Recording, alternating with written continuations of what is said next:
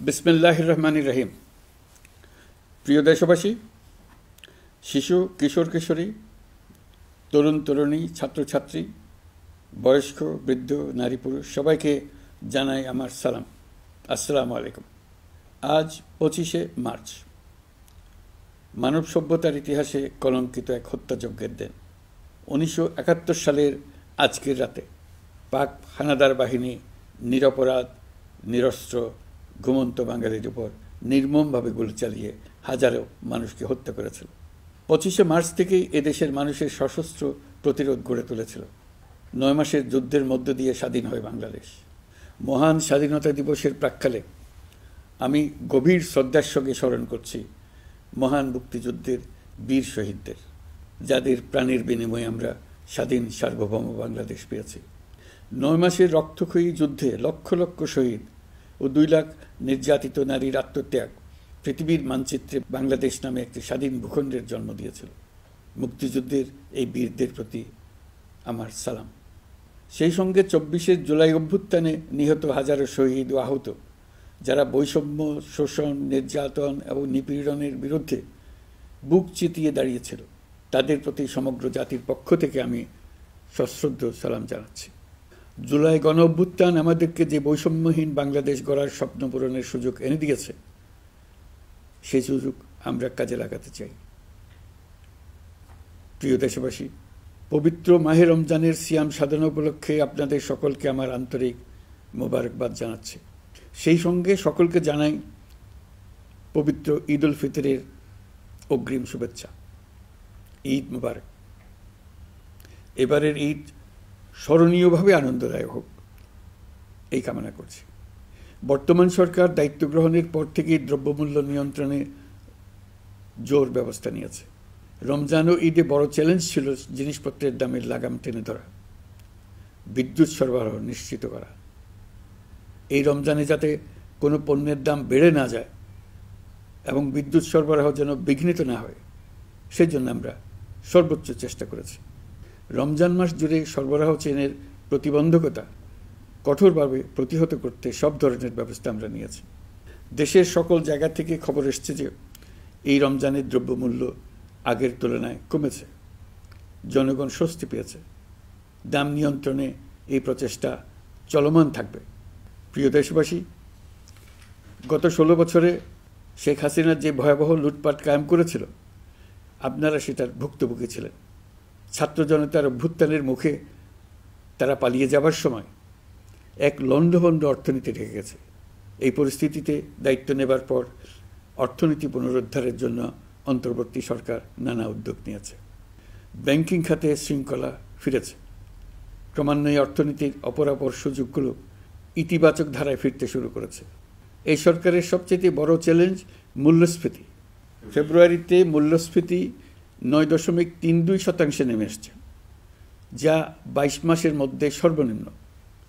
আগামী জুন মাসের মধ্যে এটি 8%-এর নিচে নেমে আসবে বলে আশা করছি। দেশের ধ্বংসপ্রাপ্ত অর্থনীতিতে স্বস্তি এনে দিয়েছে আমাদের প্রবাসী ভাই বোনেরা। অন্তর্বর্তী সরকার দায়িত্ব নেবার পর থেকে রেমিটেন্স ধারাবাহিকভাবে বেড়েছে।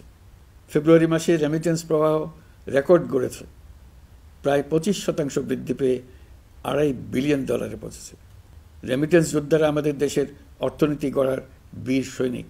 তাদের জন্য প্রক্রিয়াগত যেসব বিষয় রয়েছে, সেগুলো সহজ করে দেওয়া আমাদের দায়িত্ব। তারা যেন ভোগান্তির শিকার না হন, দূতাবাস যেন ঠিকমতো কাজ করে, এটি নিশ্চিত করার জন্য আমরা ব্যবস্থা নিয়েছি। আগামী নির্বাচনে যেন তাদের ভোটাধিকার দিতে পারি, সেজন্য কাজ করছি। পলাতক সরকারের আমলে চট দখলের মতো দেশের ব্যাংকগুলো দখল করে নেওয়া হয়েছিল। আমানতকারীর টাকাকে তারা নিজেদের ব্যক্তিগত টাকায় রূপান্তরিত করে ফেলেছিল। অন্তর্বর্তী সরকারের অন্যতম কাজ ছিল ব্যাংকিং ব্যবস্থায় আস্থা ফিরিয়ে আনা, আমানতকারীর স্বার্থ রক্ষা করে নিয়ম শৃঙ্খলা প্রতিষ্ঠা করা, হিসাবপত্রে বিশ্বাসযোগ্যতা স্থাপন করা। ব্যাংকিং ব্যবস্থায় আস্থা প্রতিষ্ঠা করা গেছে। এর ফলে অর্থনীতিতে শৃঙ্খলা ফিরেছে। অন্তর্বর্তী সরকারের অর্জনগুলোর মধ্যে এটা ছিল খুবই গুরুত্বপূর্ণ।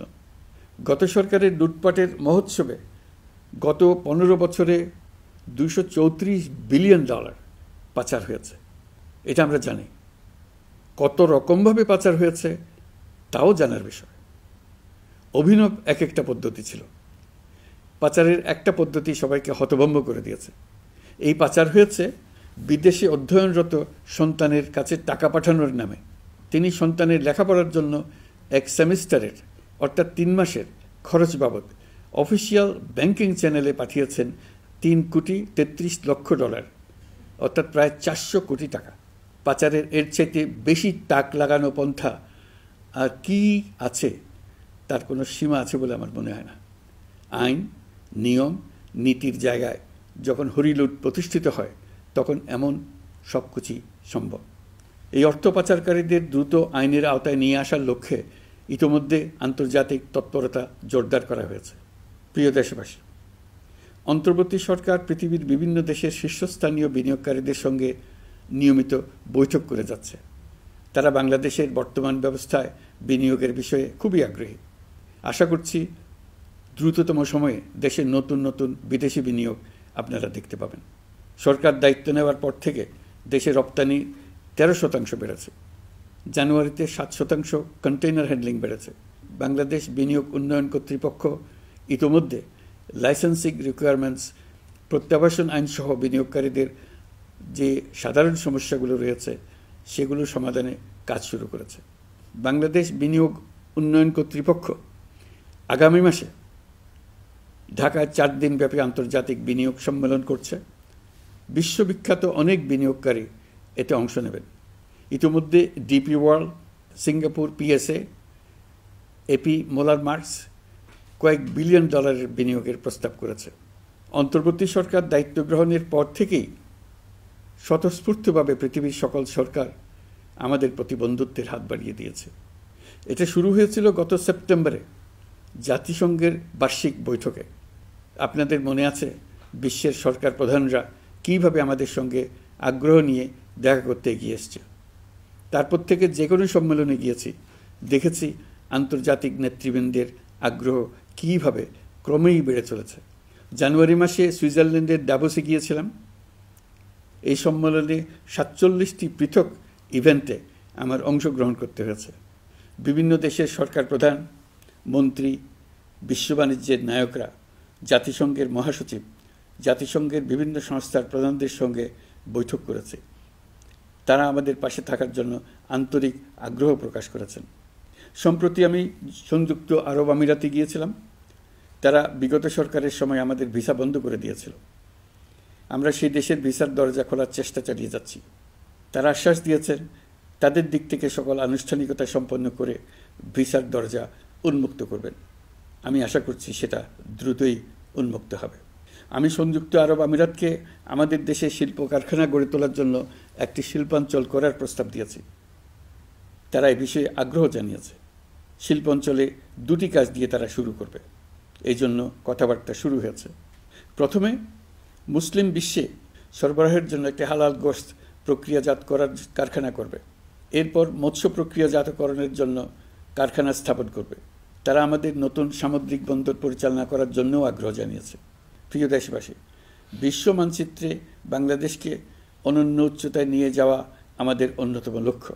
এই লক্ষ্যে আমরা আসিয়ানের সদস্য হিসেবে যোগদান করার বিষয়ে আগ্রহের কথা জানিয়েছি। এই বছরের শুরু থেকেই মালয়েশিয়া আসিয়ানের চেয়ারম্যানের দায়িত্ব গ্রহণ করেছে। মালয়েশিয়ার মাননীয় প্রধানমন্ত্রী আনোয়ার ইব্রাহিমের সঙ্গে এই বিষয়ে কথা হয়েছে। তিনি আমাদের আবেদনের প্রতি সমর্থন জানিয়েছেন, আমাকে মালয়েশিয়া সফরের আমন্ত্রণ জানিয়েছেন। আমি এই আমন্ত্রণ গ্রহণ করেছি। মালয়েশিয়া রোহিঙ্গা সমস্যা সমাধানের জন্য জাতিসংঘের সম্মেলন আয়োজনের দায়িত্ব নিয়েছে। আমাদের দেশ থেকে শ্রমিক নিয়ে যাবার ব্যাপারে যে সমস্ত সমস্যার সৃষ্টি হয়েছিল সবগুলো সমাধানের জন্য আন্তরিকভাবে তারা কাজ করছে। আগামীকাল 4 দিনের সফরে আমি চীন যাচ্ছি। প্রেসিডেন্ট শি জিনপিংয়ের সঙ্গে আমার বৈঠক হবে। চীনের বড় বড় ব্যবসায়িক প্রতিষ্ঠানের সিইওদের সঙ্গেও বৈঠক করব। পৃথিবীর সর্ববৃহৎ চাইনিজ সোলার প্যানেল নির্মাতা প্রতিষ্ঠান লংজি বাংলাদেশে কারখানা স্থাপনের আগ্রহ জানিয়েছে। আমরা তাদের সঙ্গে কাজ করছি। এছাড়া প্রযুক্তিগত সহায়তা, মেডিকেল সহায়তা, স্বল্প মূল্যে চিকিৎসা সহ অন্যান্য বিষয়ে আলোচনা হবে। তারা আমাদের দেশ থেকে আম, কাঁঠাল ও পেয়ারা আমদানি করতে চায়। এটা খুব দ্রুতই শুরু হবে। এই সফরের মধ্য দিয়ে আমাদের দু দেশের সম্পর্ক ঘনিষ্ঠতর হবে। আমি বরাবরই বলে এসেছি, আমরা মহা সৌভাগ্যবান এক জাতি। পৃথিবীর মানচিত্রে আমাদের অবস্থানের কারণে বাংলাদেশ, ভারত, নেপাল ও ভুটান, দক্ষিণ এশিয়ার এই 4টি দেশ মিলে একটি যৌথ অর্থনীতি গড়ে তুলতে পারলে 4 দেশই লাভবান হবে। নেপাল ও ভুটান আমাদের জলবিদ্যুৎ দিতে অত্যন্ত আগ্রহী, আমরাও নিতে আগ্রহী। বাংলাদেশের শিল্পাঞ্চল গড়ে তুলতে এর কোনো বিকল্প নেই। আমাদের রয়েছে এক বিস্তীর্ণ মহাসাগর। ভৌগোলিক অবস্থানগত কারণে আমাদের সামনে বিরাট অর্থনৈতিক সুযোগ এনে দিয়েছে। কুমিরা থেকে টেকনাফ পর্যন্ত দীর্ঘ উপকূলভূমি। এই দীর্ঘ উপকূল জুড়ে বিরামহীনভাবে অনেকগুলি আধুনিক প্রযুক্তি সমৃদ্ধ আন্তর্জাতিক মানের সমুদ্র বন্দর, শিল্প কারখানা, রপ্তানি প্রক্রিয়াজাতকরণ এলাকা স্থাপন করা গেলে পুরো অর্থনৈতিক অঞ্চলের ভবিষ্যৎ দ্রুত পরিবর্তন সম্ভব। নেপাল থেকে জলবিদ্যুৎ আনতে পারলে জীবাশ্ম জ্বালানির উপর আমাদের নির্ভরশীলতা কমবে। বর্তমানে বিশ্ববাসী পরিবেশ রক্ষায় সচেতন, তারা এটাকেই সর্বোচ্চ অগ্রাধিকার দিচ্ছে। জীবাশ্ম জ্বালানির উপর নির্ভরশীলতা কমিয়ে পরিবেশ বান্ধব বিকল্প পাওয়া গেলে বিদেশি বিনিয়োগকারীদের আরও বেশি মনোযোগ আকর্ষণ করা যাবে। দেশের ক্রমবর্ধমান বিদ্যুৎ চাহিদার পরিপ্রেক্ষিতে রূপপুর পারমাণবিক বিদ্যুৎ কেন্দ্রের কাজ যথাসময়ে শেষ করার বেশি আমরা জোর দিয়েছি। রোসাটমের মহাপরিচালক আমাকে বলেছেন, শিগগিরই বিদ্যুৎ কেন্দ্রটি পরীক্ষামূলকভাবে চালু করা হবে। আমাদের পণ্য পৃথিবীর পণ্য। এই পণ্য নেপালে যাবে, ভুটানে যাবে, ভারতের 7 সিস্টার্সে যাবে। প্রতিবেশীদের পণ্য আমাদের এখানে আসবে, সারা পৃথিবীর কাছে পৌঁছে যাবে। এইভাবেই এটি একটি লাভজনক অর্থনৈতিক অঞ্চল হিসেবে দাঁড়িয়ে যাবে। আর এই অঞ্চলের গুরুত্বপূর্ণ ভূমিকায় থাকবে বাংলাদেশ। বাংলাদেশের সবচেয়ে বড় সমস্যা সীমাহীন দুর্নীতি। স্বৈরাচারী সরকার এই দুর্নীতিকে বিশ্বের শীর্ষস্থানে নিয়ে গেছে। দুর্নীতির ফলে শুধু যে সবকিছুতে অবিশ্বাস্য রকম ব্যয়বৃদ্ধি পাচ্ছে তাই না, এর ফলে সরকার ও জনগণের সকল আয়োজন বিকৃত হয়ে যায়। সরকারের লক্ষ্য, নীতিমালা, প্রাতিষ্ঠানিক আয়োজন, সরকারি কর্মকর্তাদের দায় দায়িত্ব যা কিছু কাগজে লেখা থাকে তার সব কিছু অর্থহীন হয়ে যায়। দেশ চলে অলিখিত আয়োজনে। সরকারকে চলতে হয়, ব্যবসায়ীকে চলতে হয়, শিল্পপতিকে চলতে হয়, বিনিয়োগকারীকে চলতে হয়, দেশের সকল নাগরিককে এই অলিখিত নিয়মে চলতে হয়। নাগরিককে এই অদৃশ্য জগতের সঙ্গে মোকাবেলা করে টিকে থাকার বিদ্যায় পারদর্শী হতে সাধনা করতে হয়। দৈনন্দিন জীবনে টিকে থাকা এবং সাফল্য অর্জনের জন্য একটা নতুন ভাষা আয়ত্ত করতে হয়। চারদিকে কী শব্দ বলা হচ্ছে, কাগজে কি লেখা হচ্ছে তা মনে মনে দ্রুত অনুবাদ করে তার মর্মার্থ বুঝে নিতে হয়। তা না হলে দৈনন্দিন সিদ্ধান্ত নেওয়া যায় না। সবচেয়ে বড় মুশকিল হলো এর কোনো অভিধান নেই। কারণ ব্যক্তিবিশেষে, স্থান বিশেষে, পরিস্থিতি বিশেষে এর অর্থ ক্রমাগতভাবে পাল্টে যায়। পুরো বিশ্ব বুঝে গেছে আমরা জাতি হিসেবে সততার পরিচয় বহন করি না। এটা শুধু জাতীয় কলঙ্কের বিষয় নয়, আন্তর্জাতিক বাণিজ্যে এটা আত্মঘাতী বিষয়। দেশবাসীর মতো আন্তর্জাতিক সম্প্রদায়ও চায় আমরা দুর্নীতিমুক্ত হই, কারণ তারা আমাদের সঙ্গে ব্যবসা বাণিজ্য সম্প্রসারণ করতে চায়। দুর্নীতিমুক্ত হতে না পারলে ব্যবসা বাণিজ্য কিছুই চলবে না। দুর্নীতি থেকে মুক্ত হওয়া ছাড়া বাংলাদেশের কোনো গতি নেই। অন্তর্বর্তী সরকার সকল কাজ দুর্নীতিমুক্ত করতে সর্বোচ্চ অগ্রাধিকার দিয়ে যাচ্ছে। এই সরকারের মেয়াদকে দুর্নীতিমুক্ত রাখার চেষ্টার পাশাপাশি আগামী দিনেও দেশের নাগরিককে যেন সরকারের পৃষ্ঠপোষকতা দুষ্পুষ্ট দুর্নীতি থেকে মুক্ত রাখতে পারে সেই ব্যবস্থা নিশ্চিত করতে আমরা প্রতিশ্রুতিবদ্ধ। দুর্নীতি ও হয়রানি রোধে আমরা একটা বিষয়ের উপর গুরুত্ব দিচ্ছি। সরকারের সঙ্গে দৈনন্দিন, মাসিক বা বার্ষিক রুটিন কাজের জন্য যেন কোনো নাগরিককে সশরীরে কোনো সরকারি অফিসে উপস্থিত হতে না হয়। দুর্নীতি প্রতিরোধের অংশ হিসেবে সরকারি সব অফিসে ফাইলিং চালুর সিদ্ধান্ত নেওয়া হয়েছে। ফাইলিং ব্যবস্থা চালু হলে দুর্নীতি কমে আসবে। এতে করে কোন অফিসের কোন ডেস্কে কোন ফাইল আটকে আছে তা সহজেই জানা যাবে। সরকারি যতগুলো কার্যক্রমে অনলাইন সেবা চালু সম্ভব সবখানেই এই সেবা চালুর বিষয়ে সরকার কাজ করছে। সরকারি বিভিন্ন সেবা পেতে অসহায় নাগরিকের টুটি চেপে ধরে অবিশ্বাস্য পরিমাণ টাকা দিতে বাধ্য করা হয়।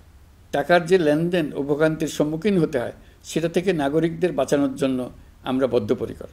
অনলাইনে সেবা পাওয়ার পদ্ধতিটি আরও কীভাবে সহজ করা যায় এই ব্যাপারে আমাদের কাছে পরামর্শ জানিয়ে লিখুন, ইমেল করুন। আপনি বা আপনার পরিবারের যে কেউ এই সেবা বাণিজ্যিকভাবে দিতে চাইলে প্রশিক্ষণ গ্রহণ করে পৃথিবীর যে কোনো স্থান থেকে এই সেবা দিতে পারবেন। বিগত সরকারের আমলে ভিন্নমতকে দমন করার জন্য মিথ্যা মামলাকে হাতিয়ার হিসেবে বেছে নেওয়া হয়েছিল। বিভিন্ন পর্যায়ে যাচাই বাছাই করে আমরা এইসব হয়রানিমূলক মামলা প্রত্যাহারের উদ্যোগ নিয়েছি।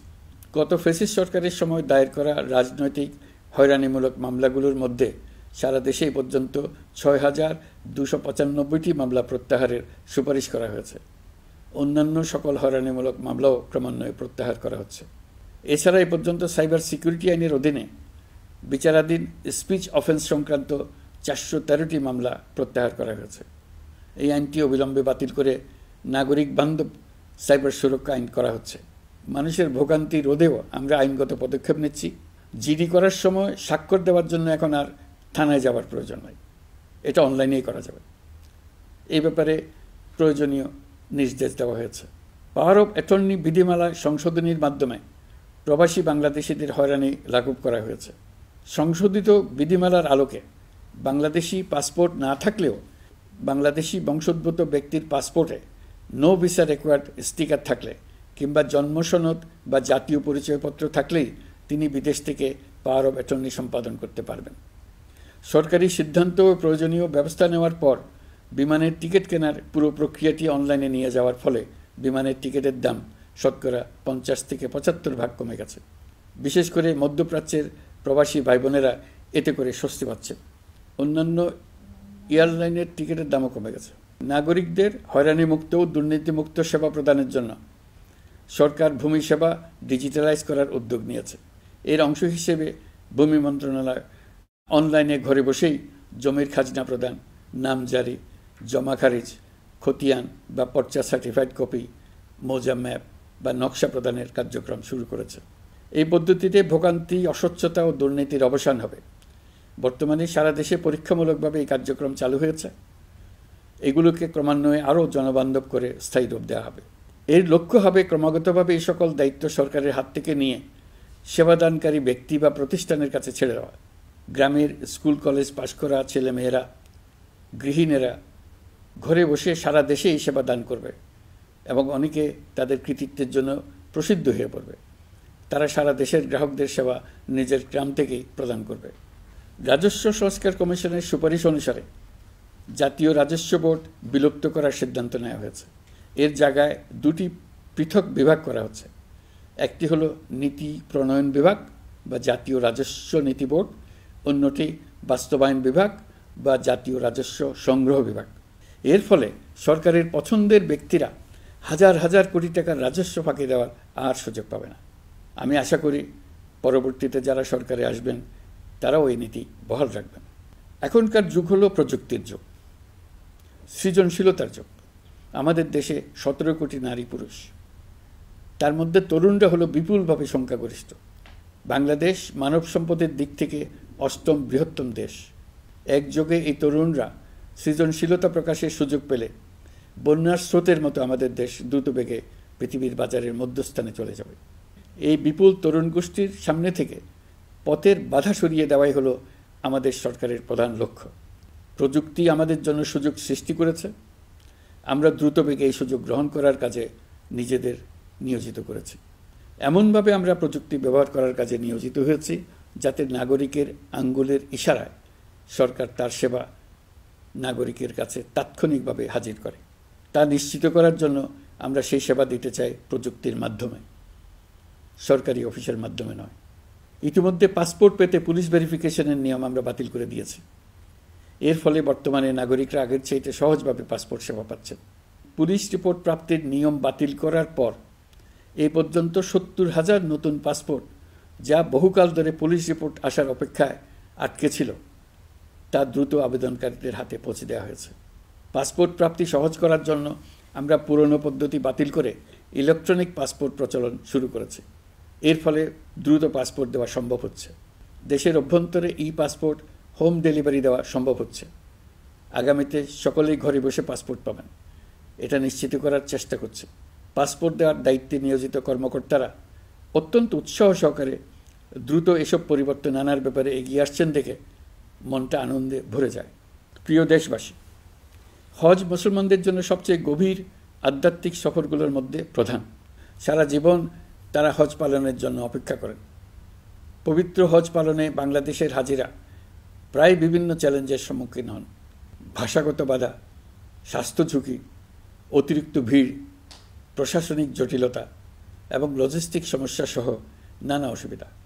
হজের অভিজ্ঞতাকে মসৃণ ও নিরাপদ করতে অন্তর্বর্তীকালীন সরকার একটি মোবাইল অ্যাপ তৈরি করেছে, যা সম্মানিত হাজিদের যাত্রার আগে, যাত্রা চলাকালীন সময়ে এবং ফিরে আসার পরেও প্রয়োজনীয় সহায়তা প্রদান করবে। এই অ্যাপটি বাংলা ভাষায় রিয়েল টাইম নির্দেশনা ও সহায়তা প্রদান করবে। সরকার সমর্থিত বিশেষ ডেবিট কার্ডের মাধ্যমে বিদেশের স্থানীয় মুদ্রায় আর্থিক লেনদেন নিশ্চিত করবে। লাগেজ যাতে হারিয়ে না যায় তার জন্য লাগেজ ট্র্যাকিংয়ের ব্যবস্থা থাকবে। মোবাইল ফোনের মাধ্যমে হজযাত্রীরা প্রত্যেক দিন ওই দিনের করণীয় ও যাতায়াতের বিস্তারিত বিবরণ জানতে পারবেন। যেদিন যে দোয়া পড়তে হবে সেটা স্মরণ করিয়ে দেবে। যেসব পবিত্র স্থানে যাবেন সেসবের ছবি সহ ইতিহাস বর্ণনা করবে। হাজিদের মনে কোনো প্রশ্ন জাগলে কল সেন্টারে ফোন করে সেই প্রশ্নের উত্তর পাবেন। শরীর খারাপ লাগলে ডাক্তারের সঙ্গে যোগাযোগ করিয়ে দেবে। সম্মানিত হাজিদের কোনো পরামর্শ থাকলে সেটা পরামর্শ পৃষ্ঠায় লিখে দিতে পারবেন। ভ্রমণের দৈনন্দিন ঝামেলার জন্য হজের মূল লক্ষ্যকে পরাজিত করতে না পারে তার জন্য সকল ব্যবস্থা এতে রাখা থাকবে।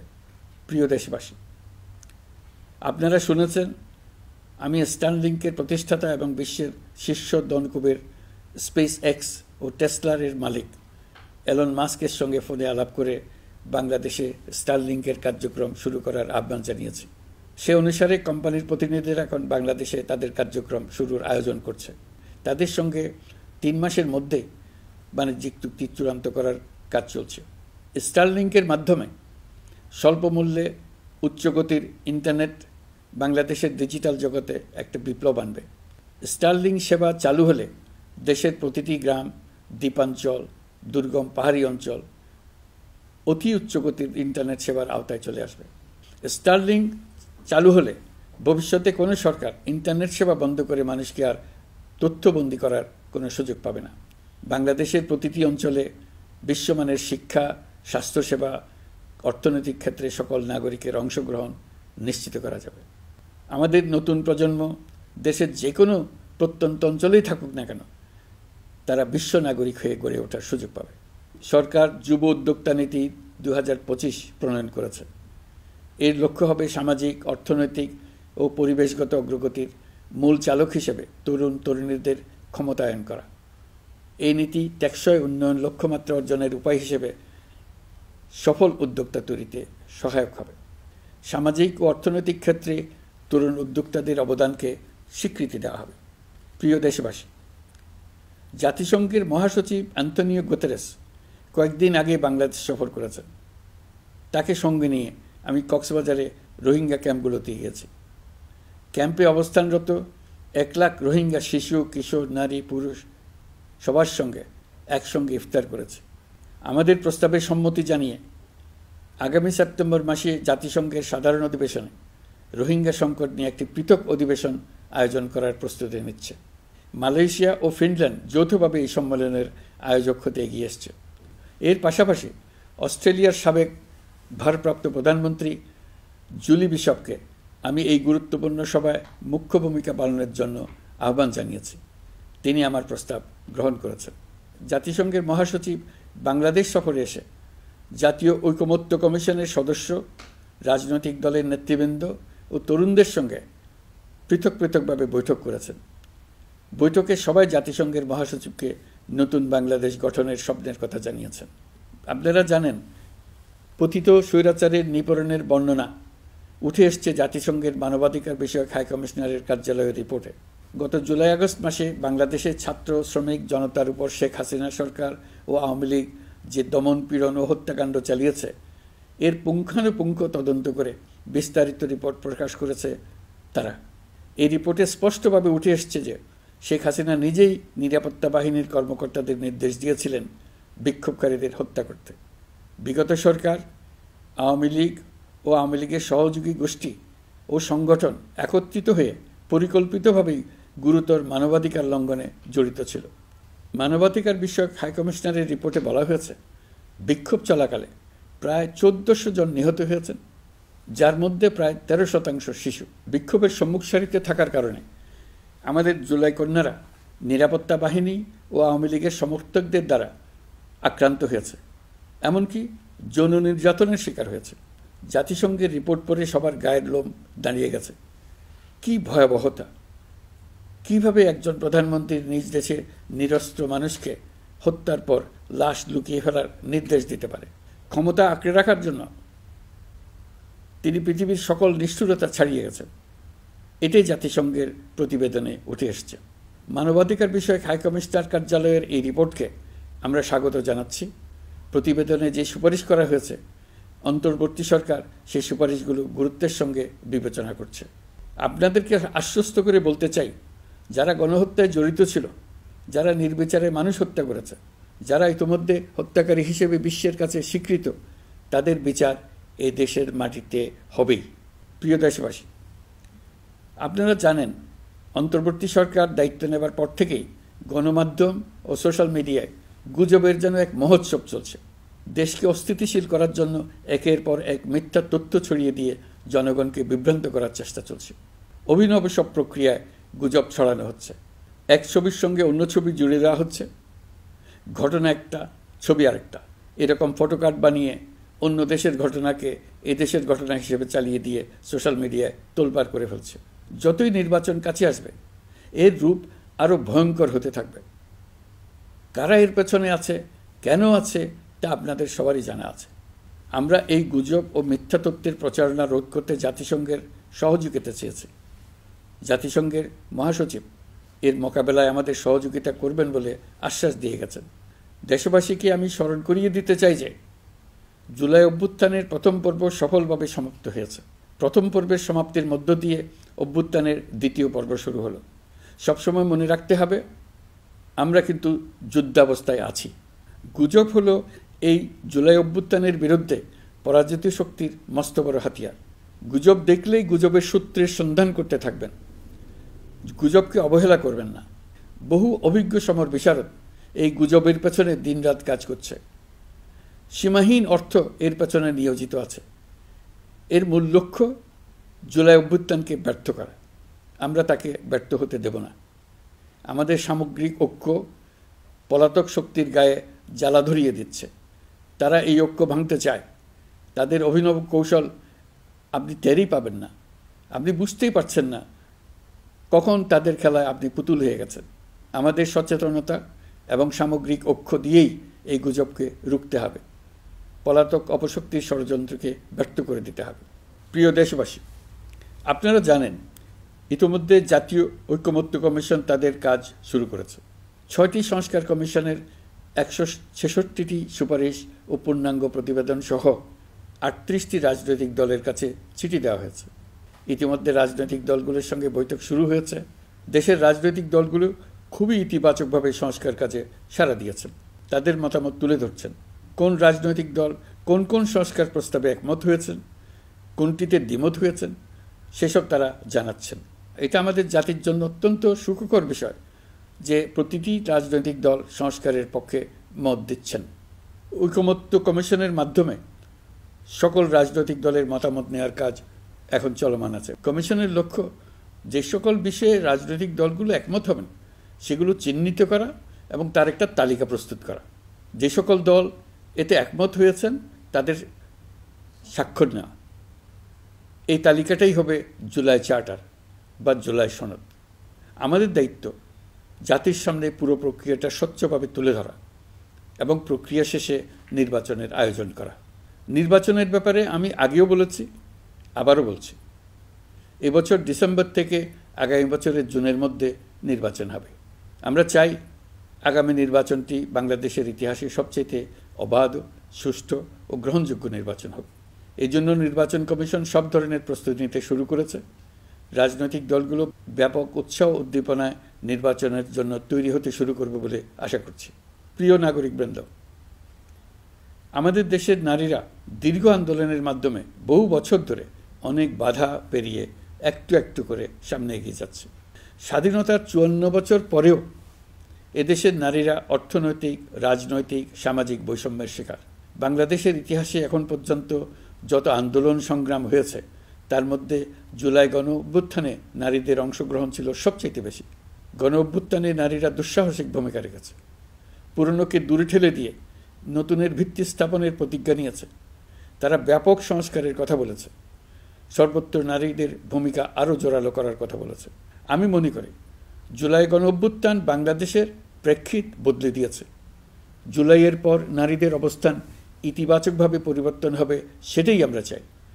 আমরা বাংলাদেশ নিয়ে নতুন করে ভাবতে চাই। আর এই নতুন ভাবনায় নারীদের অবস্থান উচ্চতম পর্যায়ে অগ্রাধিকার পাক, সেটাই আমরা চাই।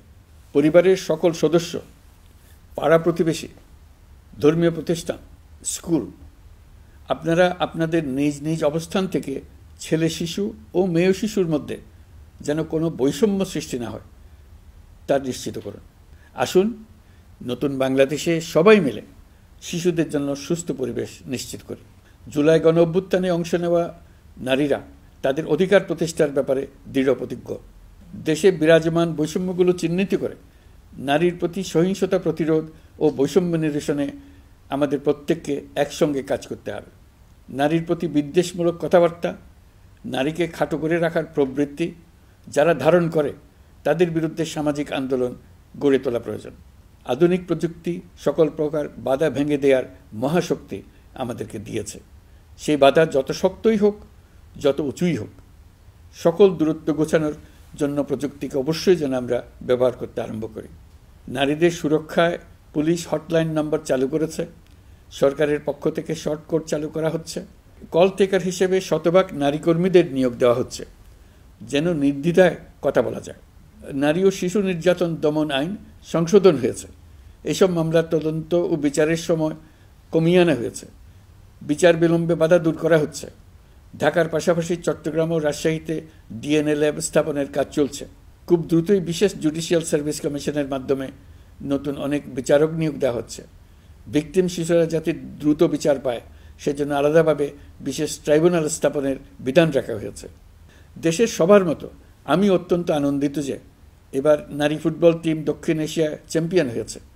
দেশ জুড়ে আয়োজিত তারুণ্যের উৎসব 2025-এ বিভিন্ন অঞ্চল থেকে 27,40,000 মেয়েরা প্রায় 3,000 খেলা ও সাংস্কৃতিক কর্মকাণ্ডে অংশগ্রহণ করেছে। উৎসবে দেশের সুবিধাবঞ্চিত ও সুবিধাপ্রাপ্ত অঞ্চল, প্রান্তিক জনগোষ্ঠী এবং 21টি নৃগোষ্ঠীর তরুণ তরুণী সহ সকলের সার্বজনীন অংশগ্রহণ ছিল। এই উৎসবের অন্যতম লক্ষ্য ছিল তরুণদের মধ্যে ঐক্য গড়ে তোলা, সহযোগিতার নীতি প্রচার এবং তাদেরকে উদ্যোক্তা হিসেবে গড়ে তোলা, যাতে করে তারা আত্মনির্ভর হতে পারে, দেশের সম্পদ হিসেবে গড়ে উঠতে পারে। আমরা তারুণ্যের এই উৎসব সারা বছর জুড়ে উদযাপন করার ঘোষণা দিয়েছি। এই উৎসবে আমরা গ্রাম, উপজেলা, শহর, বন্দর সকল এলাকার আবাল বৃদ্ধ বনিতাকে এবং স্কুল, কলেজ, মাদ্রাসার সরকারি বেসরকারি সকল প্রতিষ্ঠানের সবাইকে নানা প্রকারের সৃজনশীল কর্মসূচি নিয়ে এগিয়ে আসার জন্য আমি অনুরোধ জানাচ্ছি। প্রতিটি এলাকায় এই উৎসবে যোগদান করতে মেয়েদের যেন বিশেষভাবে উৎসাহিত করা যায় সেজন্য সকলকে আহ্বান জানাচ্ছি। কোথায় এটা কিভাবে উদযাপিত হচ্ছে সেই ব্যাপারে জানার জন্য আমি আগ্রহ নিয়ে অপেক্ষা করলাম। বিভিন্ন পর্যায়ে দেশের সেরা গ্রাম, সেরা উপজেলা, সেরা শহর, সেরা প্রতিষ্ঠান, সেরা ব্যক্তিকে পুরস্কার দেওয়ার জন্য আমরা প্রস্তুত থাকব। নারী অধিকারের পাশাপাশি একই রকম গুরুত্বের সঙ্গে মনে রাখতে হবে সংখ্যালঘুদের নাগরিক অধিকার, সমতল ও পাহাড়ের জাতিগোষ্ঠীর নাগরিক অধিকার। কারো কোনো নাগরিক অধিকারকে অবহেলা করলেই এই জাতির জন্য মহা সংকট সৃষ্টি হবে। নাগরিক হিসেবে আমরা কেউ যেন অন্য নাগরিকের অধিকার হরণের দায়ে অভিযুক্ত হতে না পারি, সেই ব্যাপারে আমাদের নিশ্চিত থাকতে হবে। তাহলেই সত্যিকার নতুন বাংলাদেশ জন্ম লাভ করবে। সবাইকে আবারও আমার সালাম জানিয়ে আমার বক্তব্য শেষ করছি। আসসালামু আলাইকুম। সবাইকে স্বাধীনতা দিবসের অভিনন্দন জানাচ্ছি। পবিত্র মাহে রমজানে মহান আল্লাহর অশেষ মেহেরবানি আমাদের উপরে বর্ষিত হোক। এবারের শবে কদরের পবিত্র রজনীতে মহান আল্লাহ যেন তাঁর সকল বান্দার মোনাজাত কবুল করেন তা প্রার্থনা করছি।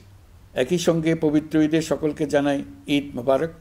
ঈদে পরিবার পরিজন নিয়ে নির্বিঘ্নে ও আনন্দ সহকারে নিজ নিজ বাড়ি যাবেন, আত্মীয় স্বজনের কবর জিয়ারত করবেন, গরিব পরিবারের খোঁজ খবর নেবেন, তাদের ভবিষ্যৎ ভালো করার জন্য চিন্তাভাবনা করবেন, আপনার সন্তানদের সঙ্গে তাদের পরিচয় করিয়ে দেবেন, এই কামনা করছি। ঈদের জামাতে দলমত নির্বিশেষে সবাই যেন পরাজিত শক্তির সকল প্ররোচনা সত্ত্বেও সুদৃঢ়ভাবে ঐক্যবদ্ধ থাকেন, সেজন্য আল্লাহর কাছে মোনাজাত করবেন, এই আহ্বান জানাচ্ছি। সকলের জীবন সার্থক হোক, আনন্দময় হোক। মহান আল্লাহ আমাদের সহায় হন। আল্লাহ হাফেজ।